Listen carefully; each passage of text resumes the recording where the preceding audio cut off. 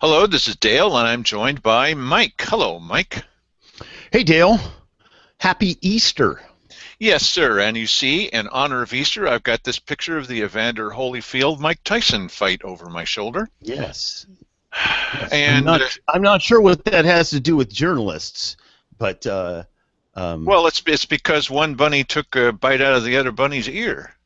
right, and we're reporting on that. Yes, we are. Right.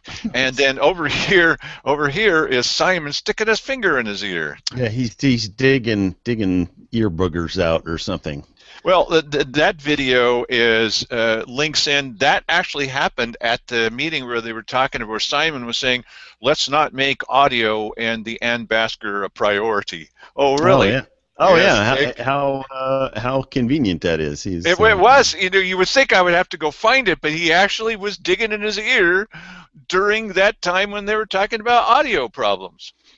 Yeah, which made me sort of wonder whether or not we were going to have audio coming up, or whether they were just going to throw it intentionally on the back burner for, God knows how long, and they had to perfect audio the following week. So I guess Well, they were feeling the heat or something. Apparently they are, because you notice that Keith Eck went way out of his way to mention the fact that it's not being cut off just when the people speak. Well, there were a number of people who figured that was the case, because it just turned out by coincidence that a couple of times that the audio went off when the people, or it wasn't playing at all when the people would get up to speak, and then suddenly when the commissioners had their protected time, and which everybody's Yeah, calling it no. their protected time now, that Yes. hey, the audio's back on. Woohoo! What a coincidence. Yeah, well, Yeah. probably What do you know? so. There are coincidences in this life, but yeah, I guess they must be listening to people. Somebody is kind of yanking on their chain, and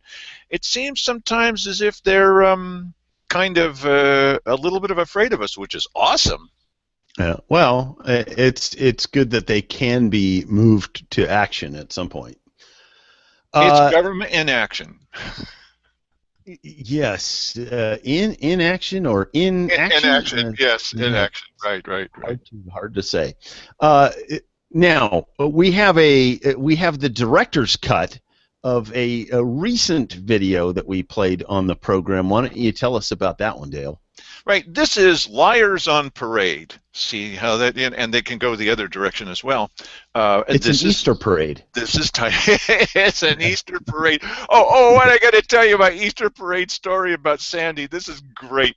So we're out in Merlin, and we're in this. No, I'm videotaping it. She's in the Easter parade. I'm not in the parade. She's in the parade as a commissioner. And I'm only slightly exaggerating where she accidentally tripped over, well, I don't think she tripped over her feet, but she tripped over something. And she hits the ground and starts to roll a little bit while she bursts into cursing, right? And this little kid behind me says, "Mommy, what's that lady saying?" I mean, here is Easter.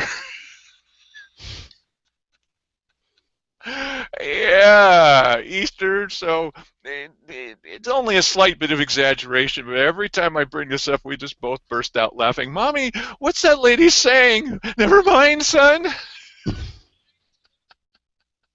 Yeah, it was pretty cool.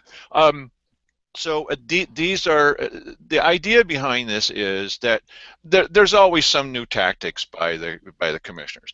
We go to meetings. In case you didn't know this, we go to meetings. We point a camera at them, and we just wait. And then they say something. "You're trying gotcha." No. No, there's no it's not necessary to wait for them to say something goofy, because they're gonna do it. And so we just point the camera at them and we just wait. And then the other half of our videos is us talking and laughing about the fact that they said, and not just silly things, but really serious, throwing money away, $50,000 for a couple of wheelchair ramps in a state park. Come on. So, trust us. You can always trust us with your money. Yes, that's right. Mm. And so the biggest problem the county has is BadCounty.com, because businesses aren't moving here because of us. That's what it is. It's not the sheriff and all the cuffs and SOS people saying, we've got crime crawling all over us. They're crawling up the American flag and biting on it. No, no, no. It's not that. It's us for pointing out the commissioners are sometimes liars. So recently, the commissioners have taken to the idea of calling us liars over and over and over again. So I thought, I'm going to get up at the weekly business session, and this is the director's cut, and I put a slightly better ending to it with better audio, because that was available, made possible by Mike finding the better audio, and then I re-edited it. Anyway, so here's a replay of that with a slightly better ending to it that's more, I think, a little bit more powerful. You'll see it's in a little inset screen on that, very much like a plaque on a rock. You'll see. Yes. Okay. Dale Matthews, Grants Pass. Lately, the commissioners have taken to referring to citizens as saying things that were not honest. It's a new tactic.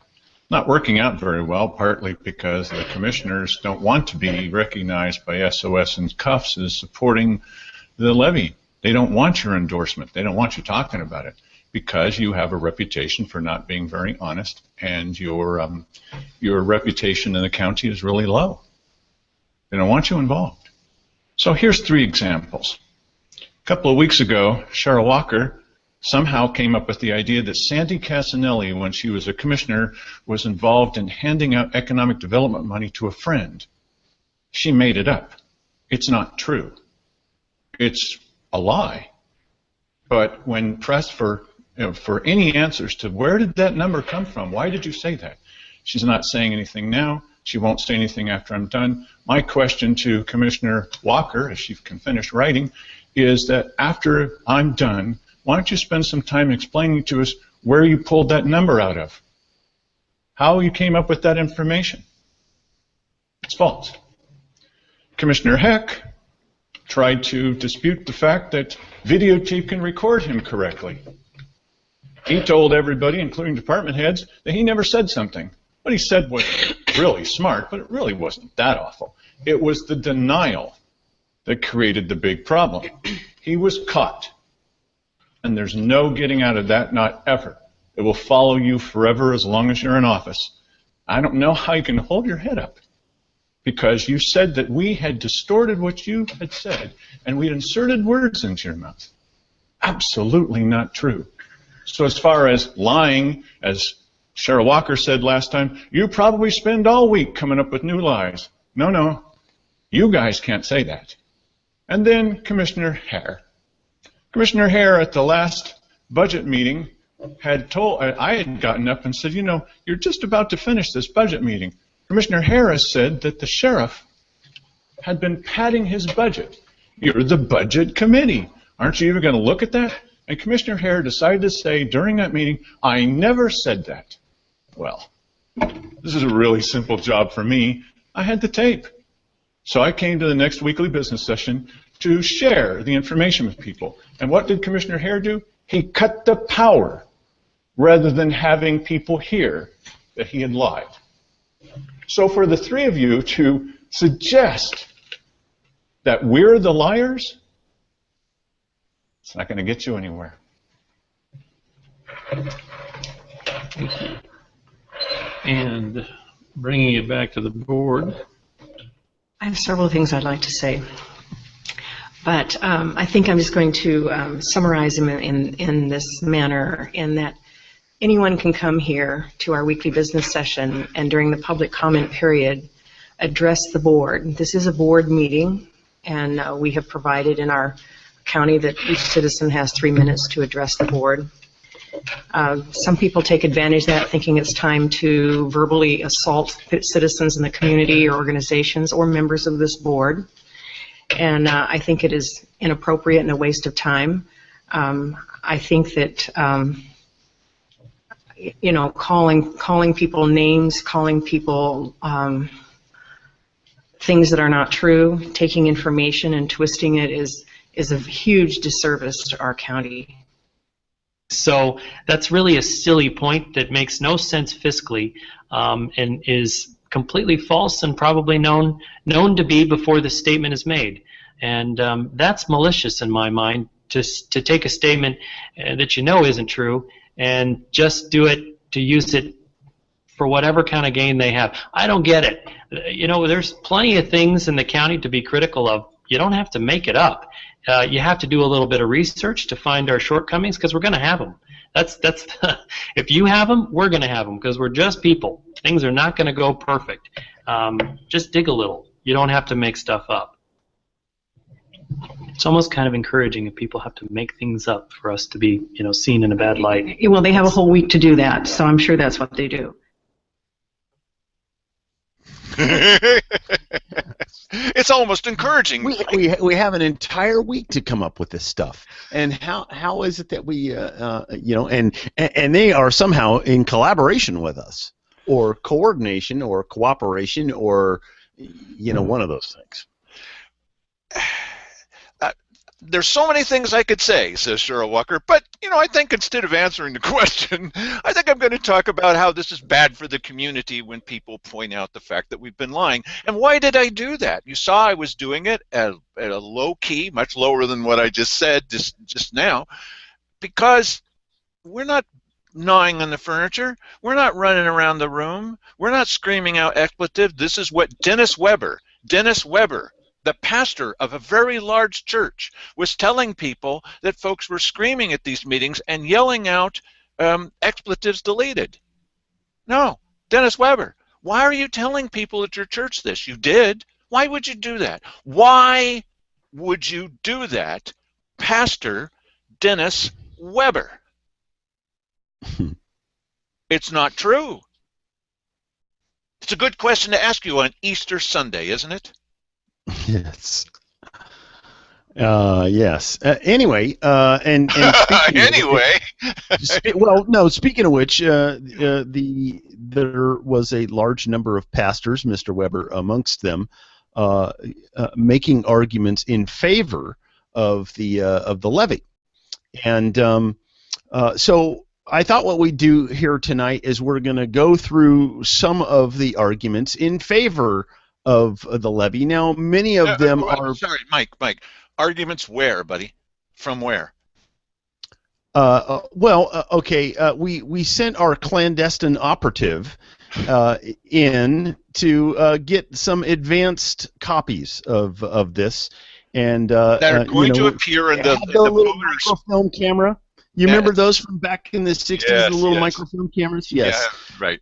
It's going to be in the Voters Pamphlet as well. Yes, okay. Yeah, these are going to be you are getting a sneak preview. Who do we have to thank for these photos? Oh, we're not divulging our operative's name. That would really? That would mean that the secretary would probably have to disavow any knowledge of their actions. Step away from your screen, everybody. This thing's going to go up in smoke at any point. Okay. So and I will ask them and see if they want to be divulged, but I'm not going to say that without asking this person about that. So, okay. In any event, here is the first one, and this one was by Scott Draper. And as I began to read this, and it's small, so at some point. You may be able to freeze the screen and read this along with me, but just, and I'm not going to read all of these, but, I started to read this and I thought, hey, that really sounds kind of familiar to me. And then I realized, oh, hey, wait a minute, this is Scott Draper, and I remember we had done the show and we made a bunch of sound bites from their KAJO appearance. So if you just start at the top of the screen, here we go. The phrase public safety, Marty, it may sound impersonal, but the effects of our current lack of public safety are in reality very personal. It is our property that is being stolen, our families that have been hurt or are living in fear, and our neighbors that are in jeopardy. Measure 1766 is a grassroots effort, as you mentioned, a measure placed on the ballot by and for the people of Josephine County. Okay. Oh, now, that's word for word. What's on there, Mike? It is word for word. It is exactly word for. Well, he did say, "Oh well, Marty." You know, Well, yeah, I'm surprised that Marty is not in the picture. It's not. It's, not in it's like when I went to school and the kids from the Middle East were copying off of the internet so much that when they turned in the paper would sometimes say, "Click here for more information."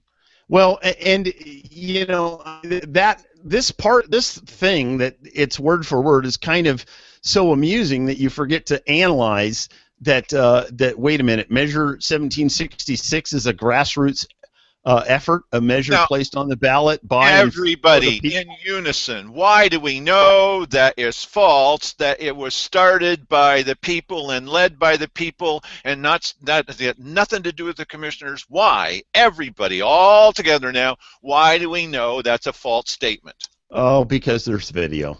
Yeah, there's video. That pesky video. Yeah, like the Democrats said at that one meeting I went to. So. Yes. But wait. There's more. There's more. We have to be real about this. Our current lack of public safety is very expensive. We pay individually through theft, insurance premiums, insurance deductibles, hiring of private security firms, lower property values, lost opportunities when the right folks or the right businesses don't move here because of our lack of public safety, and we pay in many other ways. It is very expensive to not have a strong public safety presence. Measure 1766 is the cost-effective way to safety. I can read it right from the screen. That's right. Sing along with us now. Okay, but I want. How much does it cost them to run down the community and make it seem like things are worse than they are, so that they can get a little bit more money out of people's pockets? You know, as what is it, Julie Thomas says. Julie Thomas, yes. I'm tired of people thinking that they can take advantage of the generosity of our community. What the heck does that mean? What does it mean? But these are certainly talking points, and they paid, what was it, $25,000, or some people are saying it's 4 times more than that. Did somebody write this up for them, and all they have to do is sign their name to it? Or maybe there's individual authors, but it certainly is straight out of his KAJO speech. Yeah, it is. It's a very good question. Well, there's more. Abused and troubled children in our community presently have nowhere to go to escape dangerous living conditions. Measure 1766 will reopen the Juvenile Justice Center to shelter and counsel youth who are in crisis. Wow. Yeah, that's sorry, it was choking me up. Amazingly similar. It is. And so the rest of it is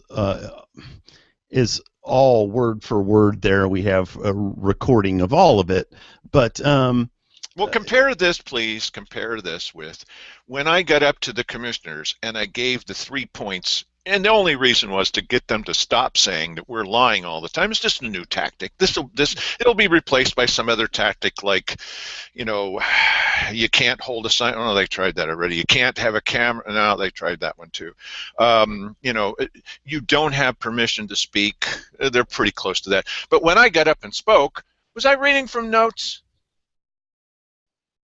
It's not.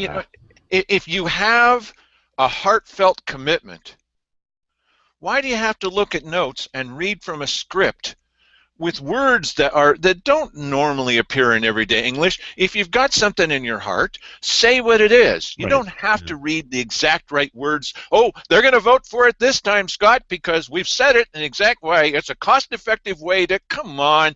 Does this remind you of Mark Von Holly? We're on, what did he say? We're on the edge of a warm market opportunity. What was that? I mean, it was really. Yes, I don't remember the exact words on that either, but warm market prospecting wave.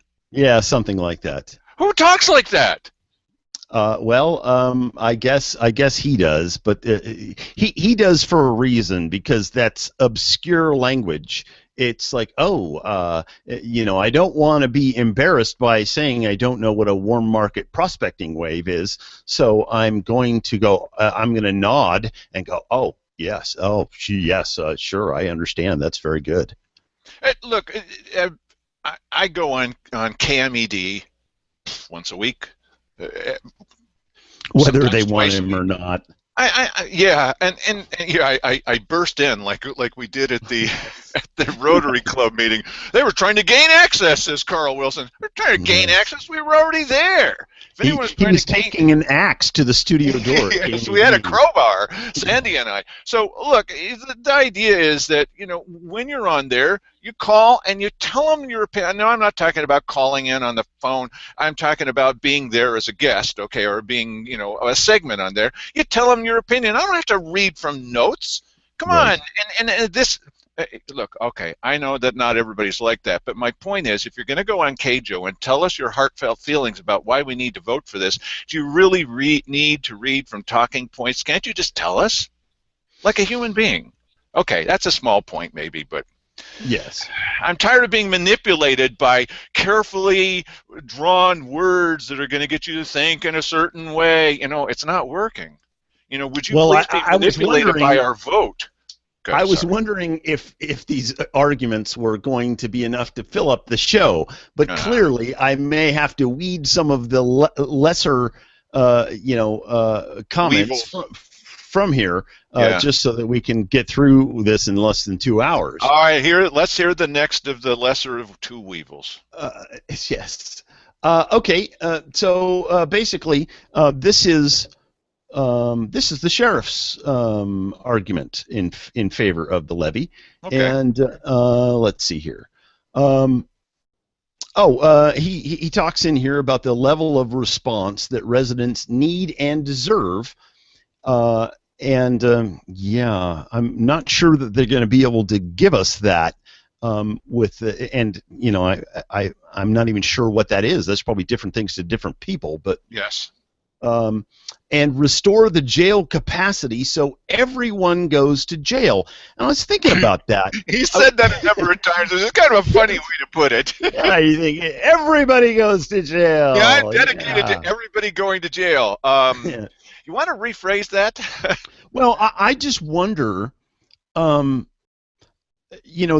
saying that we're going to be adding jail beds. Does this mean that the people that they now cite and release on the spot, they're going to bring them to jail? I know that he was talking about taking them through the fingerprint and photograph process of things, so that they have these records available. But then are they going to put them in a cell and keep them overnight? Or are they going to cite them and release them there? Or what's going on? I mean, do we need more beds if we're just doing the same thing, but we're taking every one of them to jail? Well, another thing to think about, and we put up a video about this. Vivian Kirkpatrick Pilcher asked him from the audience. She said, now when you arrest somebody and you take their fingerprints and you take their picture, after this person is found innocent, do you delete, I'm paraphrasing obviously, do you delete those records? Oh no, we keep them. What? Right. Yeah, I realize that's not your main point, but oh really? So, when you kind of add these two things together, I get a little chill, and maybe it's just because it's a little cooler now than it was a couple of days ago, but the idea is that you would like to put them all in jail, okay, and you want to keep all the pictures even if the person's innocent. I don't think I like that, honestly. Yeah. So then he says, shelter abused youth and take violent juvenile offenders off the streets. And I'm thinking to myself, do we not do those two things now? Do we, if there's an abused youth on the street, what do we do with that person if that person is, can't go back in the home? Do we just say, oh, no, kid, forget it, go home. You got to go home. Now, what I've heard at county commissioners meetings is no, we don't do that. There is a strain now on some of the good-hearted people in this community, as there are for everything, as there is for supporting the fairgrounds. There's a strain on good-hearted people about doing that, and the library and other things too. But I don't think that anyone's saying, except people are trying to press for the levy right now. One thing that we do know is that when there's Chapter 11 felons, and we're talking about people who happen to be of a lesser age, but they committed murder or something. No, no, we are not letting them back out on the street if they're murderers. Come on now. No, we're not doing that, and they've made that clear at commissioners' meetings that they're not doing that, and that we have some solutions using other counties in order to get them into those jail beds. We know that to be the case. And the final thing. Oh, go ahead. Sorry about it. Well, it says take violent juvenile offenders off the street. Violent juvenile offender. Do we not do that now? I believe that we do, actually. Yes. Yeah, I mean, the idea that somehow we are, I mean, there's an inference here that we're not doing that now. So, you know, juveniles have every bit the capacity to be as violent as adults. Yes. And the idea that somehow because they're juveniles, we're not taking them to jail if they're, you know, violent, committing violent crimes, that's just odd. It's a bit of an overstatement on his part. I don't think it's as much of an overstatement as, you know, people are being bussed in and their sole purpose is to create hate and discontent. I mean, that's ridiculous. Right. It's not as far as that, but yeah, he wants to see permanent funding, you know, permanent sustainable funding for logging in the forest. No, wait, that's another kind of permanent sustainable funding for making a place for youthful offenders. It fits perfectly in with the instructions they were given during the last levy, is you've got to work children into this some way because that's going to help pass the levy. And you know, so yes, of course, children. Think of the children. Think of the children. Think of the children. Okay, so oh geez. Okay, look, here I am. I'm rubbing my nose. You know, I can't. Isn't there some kind of nose rubbing thing that will cancel out? Go ahead. Well, you know, you do have control. There is a little thing there. You can send the camera where every you time want I to. rub my nose, I got to hit the button. That's ridiculous. Well, like this, and it's always catching me. If you're talking and I'm not, then yes. I wasn't. I was just. I can't even, you know, I mean, lots of people would like to do this, you know, and I can't do it without, never mind. That's right. Okay, so this is Kurt Kraus, and he... Krauscraft. Yes, Krauscraft, exactly. And he says jail bed count will be raised to 160, making room so that repeat offenders will be incarcerated and held as determined by law. This will help stop catch and release because of bed shortages. And you know, I'm not sure about that. Are we going to keep people longer because is having a bed or an available bed, is that the thing that's stopping us from being able to keep these people in the jail? Well, one of the things that we do know is that, and we know it directly from the police chief. Why don't you tell him that little bit of a story there, Mike, because you remember that as well as I do. What the police chief say about numbers and beds and arrests. Their perception. Well, yeah, it's too bad I don't have that video queued up. He basically said that because of the extra money that they were getting from the utility bills, they leased extra space in the jail, and so they were determined to run the wheels off the cars and take a whole bunch of more people to jail. And they found out they were actually taking less people to jail because apparently they were concentrating on the more egregious offenders. And they ultimately ended up taking less people to jail, but they weeded some of these people out of the community and, you know, et cetera. That's as close as I can remember. And this, to me, a very interesting part of this was the chief's perception. Their perception was, as he told us, that they were running the wheels off their cars and they were doing lots more arrests than usual. And then they went back and they looked at the numbers and they found out that their perception, remember how we're being told perception is reality? Yes. And it turned out that their perception was all wrong. They were surprised by their own numbers. Numbers? What? There are numbers? Yeah, there are numbers. If you Yeah. notice that nobody on the pro-levy side wants to use numbers anymore, I even asked the sheriff the other day. I said, "Are you going to come back on our show?" He says, "Well, I really don't. I don't want to be talking about any numbers." Well, I said, "No kidding."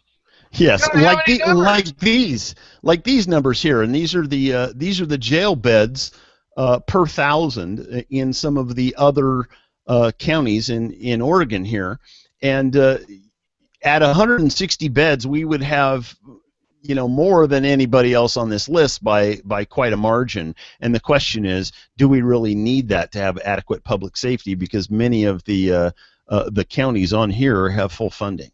Now look at this as ratio of jail beds to population, and look at some of Lane County. Yes, 1.52 per thousand. Now, are you telling me that we have more felons that need to go into jail on a regular basis than any other county in Oregon? Really? We're the red one on the left. Yes. Yeah, it's a toughie to figure there, but I mean that's their argument. I'm just wondering, if you're having this idea that you're going to take more people to jail, are you going to actually do that, or are you going to bring people to the jail and then just cite them and release them as you did before, and then you've got these extra staff that are milling around doing who knows what instead of what they should be doing? And I think right now, what do we have? It's like 85 or something like. How many beds do we have now? Well, with this, if I don't know, but with this, sorry, you have to admit Yes. you don't know. I don't know, Yeah. but this would about double our beds. Put that graph up again, would you, Mike? Okay. Now, There you go. is it really necessary? Is it really necessary that we have more beds per the population here than any other county? Are we really in that big a need where we're going to need more than anybody else? Really? Yeah, Multnomah is Portland, and there's more crime there per capita. There isn't any question about that. And look at what they have, 2.66 per thousand, and we're supposed to have 3.16. Why?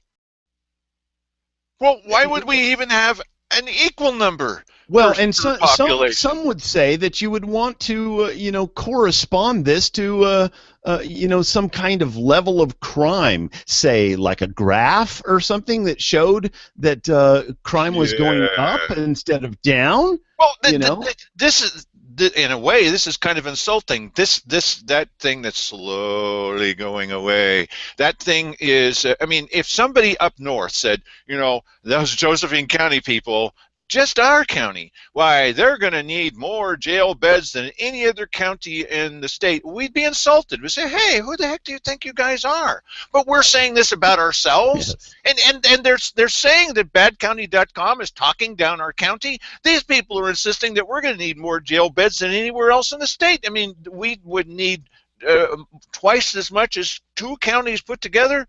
I find that pretty insulting. Really? Who the heck is saying it? Who's talking down our community? It's not us. I clearly overestimated the amount of material we were going to need for this show.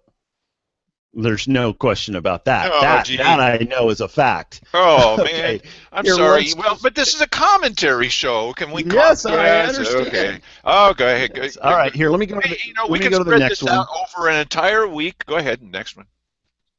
Yes, you're right. We probably could. So now this is our favorite gal, Julie Thomas, and Julie Thomas is making a claim here that in addition to, because they have the trifecta here, they talk about more deputies, they talk about juvenile justice, and they talk about more jail beds. Okay, those are the three things that they always say, right?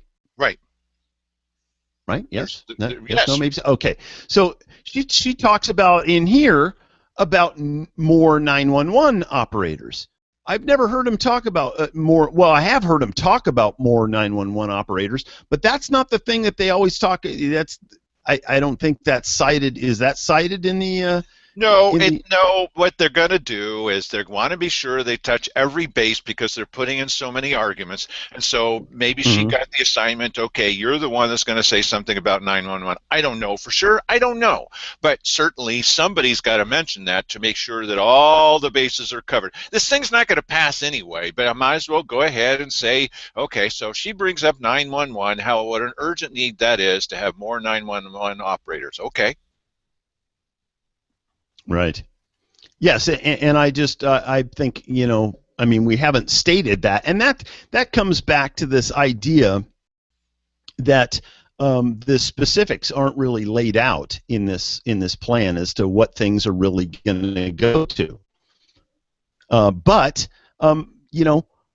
here's a little bit more from Julie Thomas from the KAJO interview. Oh, brother. We can no longer sit back and expect somebody else to take care of it for us, because it won't happen. The bad guys will dictate the future of our community, and we can't tolerate that. Well, yeah, and once they gain a foothold, it'll only get worse. And let's use ISIS as an example here, how our president labeled them JV, and guess what? They made varsity.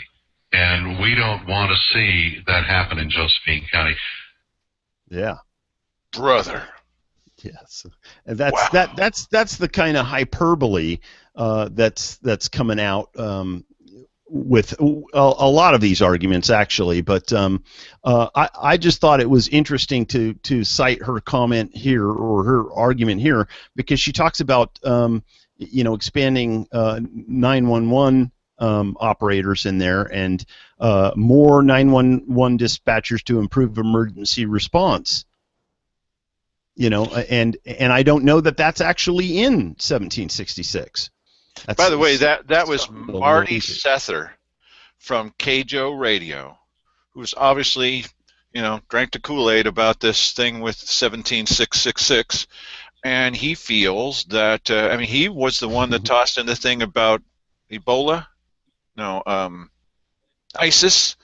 ISIS is at our border, and yes. Yeah, and we're going to need to do something of it, because those ISIS guys are trying to take advantage of the generosity of our community. Okay, now Jim Dittmer, who is usually against the levy, right?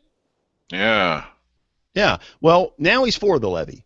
And I guess this is a good one to close out with, because we got about halfway through the list, and we're 35 minutes in here. So basically, he says in here, okay, you see, your yes vote helps restore criminal justice funding that provides necessary services for a civil society. Let me get this on the screen here so you guys could read it. And works to stop rampant property crimes such as home burglary, vehicle damage and theft, and violent personal injury caused by the dangerous catch and release of criminals. So, I mean, there's this presumption, hey, that's a new word. There's this presumption that this is what's going on right now. There is rampant property crime and vehicle damage, theft, and violent personal injury caused by the dangerous catch and release program. So because there's this catch and release program, he's saying violent crime and property crime is up. And now there may well be an increase in property crime, but the idea, I mean, these are subtle little implantations that are happening here in these arguments that are a little bit misleading, especially when you consider what the actual numbers are. Yeah, let's just take a minute here. Sorry that we can't play all of these, but we'll be back with more of these well, I was going to say if you want to, but actually as if we want to. We'll be back with more of these, and we can talk more about their arguments, and then we'll have some pithy comments. Now, be careful. I said pithy with a TH comments to make about them. but one of the things that seems amazing to me about this, since you mentioned numbers and since we put up a couple of charts, there's this trend in the community to not ask for details. If you don't have any details, stop. Just let's not talk about details. Let's talk about emotion. And Right. we've seen this with the commissioners, where people come in, oh, we want $50,000, and here's a bunch of reasons, but we don't have any numbers to show you. Really? Oh, you don't Right. need numbers with us. We'll just give you the money, okay? And the same thing goes with this. I mean, since when have you been able to come in and convince people to vote for something if you don't have any facts or figures to give them? Right. And one of the biggest problems they have is they said, well, the sheriff's department has not been reporting this, and both sheriffs say, hey, don't say we're not reporting things, because it makes them look like they're holding back. Oh no, isn't there a better way to put that? Yes, but what they want you to believe is that people are not reporting it to the sheriff's department. That's what they're saying.